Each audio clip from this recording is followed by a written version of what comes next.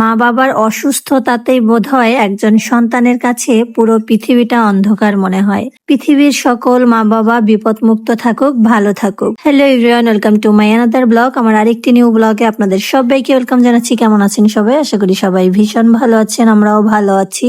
বেশ কয়েকদিন ধরে মা অসুস্থ। গ্রামের সদরে ডক্টর দেখাইছিলাম, ওখানে পরিবর্তন না বুঝতে পেরে ঢাকাতে নিয়ে আসা হয়েছে। ঢাকার ডক্টর অনেকগুলো টেস্ট করেছে, এরপরে অনেক ওষুধও দিয়েছে। এখানে 15 দিনের ঔষধ, বাকি আবার 15 দিন পরে ওষুধ দেওয়া হবে। সবাই আমার মায়ের জন্য একটু দোয়া আর প্রার্থনা করেন যাতে খুব তাড়াতাড়ি মা সুস্থ হয়ে যায়। যাই হোক, এদিকে দেখেন এখন রান্না বান্নার প্রস্তুতি চলতেছে, আর আমার ভাই আজকে রান্না করবে মুরগির মাংস।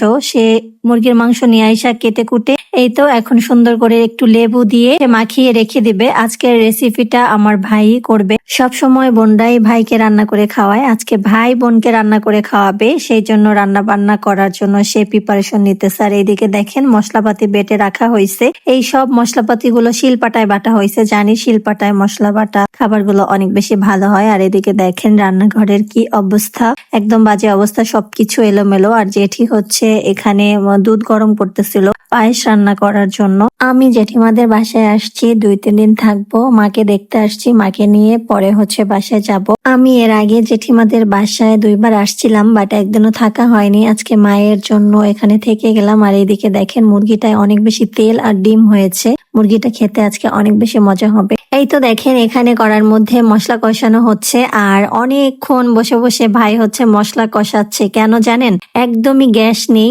আমাদের বাসায়, গ্যাসের খুবই প্রবলেম হচ্ছে। আর গ্যাস নাই বললেই চলে, এর মধ্যেই মশলাটা কষাইতে প্রায় 40 মিনিট লেগে গেছে। এরপরে আর কি করা যাবে, অনেক কষ্টে মশলাটা কষানোর পরে ডিমগুলো দিয়ে মাংসগুলো দিয়ে এখন সুন্দরভাবে একটু নাড়াচাড়া করে ভালোভাবে কষিয়ে নিতে হবে। কিন্তু সব থেকে খারাপ বিষয় হচ্ছে আজকে কি আমার কপাল খারাপ নাকি আমার ভাইয়ের, আমি কিছুই বুঝতে পারছি না। আজকে ভাই কত আশা নিয়ে রান্না করতে আসছে বোনের জন্য, বাট সে রান্না করতেই পারতেছে না, গ্যাস একদমই নাই। এখন কি করব বলেন? এমনিতে ক্ষুধাও লেগে গিয়েছে, তারপরে জেঠিমা গ্যাস নেই বলে এখানে কারেন্টের চুলায় হচ্ছে পায়েস রান্না করতেছে। এটা রান্না হলে আমরা এখানেই হচ্ছে মাংসটা রান্না করব। তো এই তো মাংসগুলো নিয়ে আসা প্রেসার কুকারে দিয়ে তারপরে এখানে বসিয়ে দিয়েছিলাম। বেশ কিছুক্ষণ পরে নামানোর পরে এই যে এরকম হয়েছে মাংসটা। মাংসতে একদমই পানি অ্যাড করতে পারিনি, তাহলে আর খাওয়াই যাবে না। এদিকে আমরা বাইরে বের হব, সময়ও নেই আমাদের হাতে।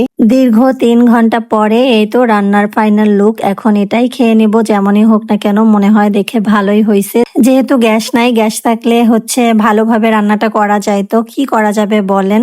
ভাই আজ তার নিজের মন মতো একটু রান্নাও করতে পারলো না, বেচারা কত আশা নিয়ে আজকে রান্না করতে গিয়েছে বলেন। যাই হোক, তো চলেন আজকের ভিডিওটা এই পর্যন্তই। নতুন কোনো ভিডিওতে আবার দেখা হবে। সে পর্যন্ত সবাই ভালো থাকেন, সুস্থ থাকেন। ভিডিও ভালো লাগলে লাইক, কমেন্ট, শেয়ার করে পাশে থাকেন। টাটা।